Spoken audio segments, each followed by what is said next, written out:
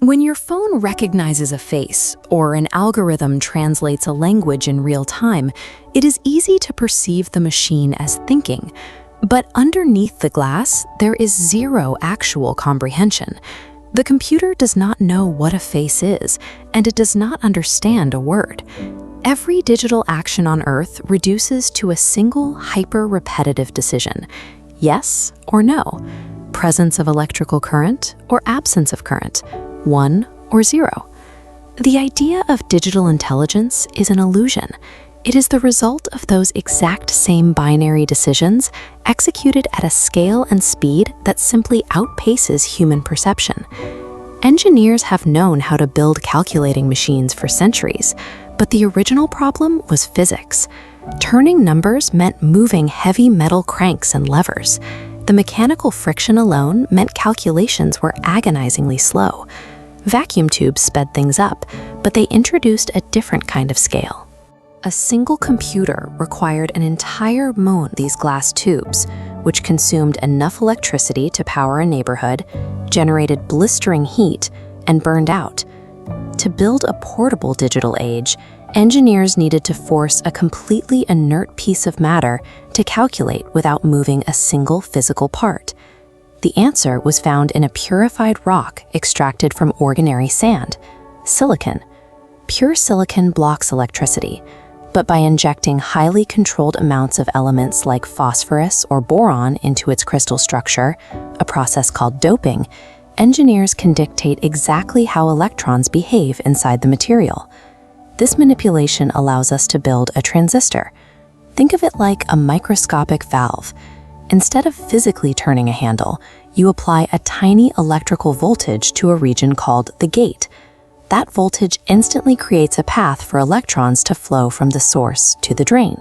Because the gate doesn't physically move, there is no mechanical friction and no parts to wear down. This microscopic electrical valve can flash open and closed billions of times every single second for years without failing. That invisible pulse of electricity is the literal 1 and 0. Every line of code and every video frame rests entirely on this single frictionless action. A single transistor cannot process logic. To perform actual calculations, they are wired together into clusters called logic gates, which compare electrical signals to execute basic mathematical operations like AND or OR. These gates are then stitched together by an intricate microscopic web of copper interconnections. It resembles a 20-story highway system stacked vertically. Signals travel through these metallic corridors at speeds approaching the speed of light, all within an area smaller than a fingernail. To keep this traffic from crashing, every movement is synchronized by an internal clock. A 3 GHz processor relies on a quartz oscillator firing 3 billion electrical pulses every second, keeping every intersection moving in unison. Through this synchronized flow, individual transistors act like letters, logic gates form words, and the entire circuit board reads those words as sentences, executing the instructions of modern software. Which leaves a daunting logistical problem. How do you physically manufacture a city where the streets are only a few atoms wide? You don't assemble it with tools, you project it with extreme ultraviolet light. The process is called lithography, and it functions like an inverted camera, flashing a complex stencil of a circuit onto a light-sensitive silicon wafer. At this scale, the environment must be flawless. A microscopic mote of dust falling onto the wafer would act like a massive boulder dropping onto a block, instantly crushing the atomic architecture. This photographic projection is repeated dozens of times, meticulously stacking patterns to build the physical circuit layer by layer onto the silicon. Lithography allows us to build functional, physical structures with a precision measured in the width of a few dozen atoms, the extreme edge of what the laws of physics allow us to manufacture. But we are now hitting physical limits. The first is thermal. Cramming billions of switches into a tiny footprint and flipping them billions of times a second generates heat densities comparable to the localized heat found in a nuclear reactor core. The second limit is quantum mechanics.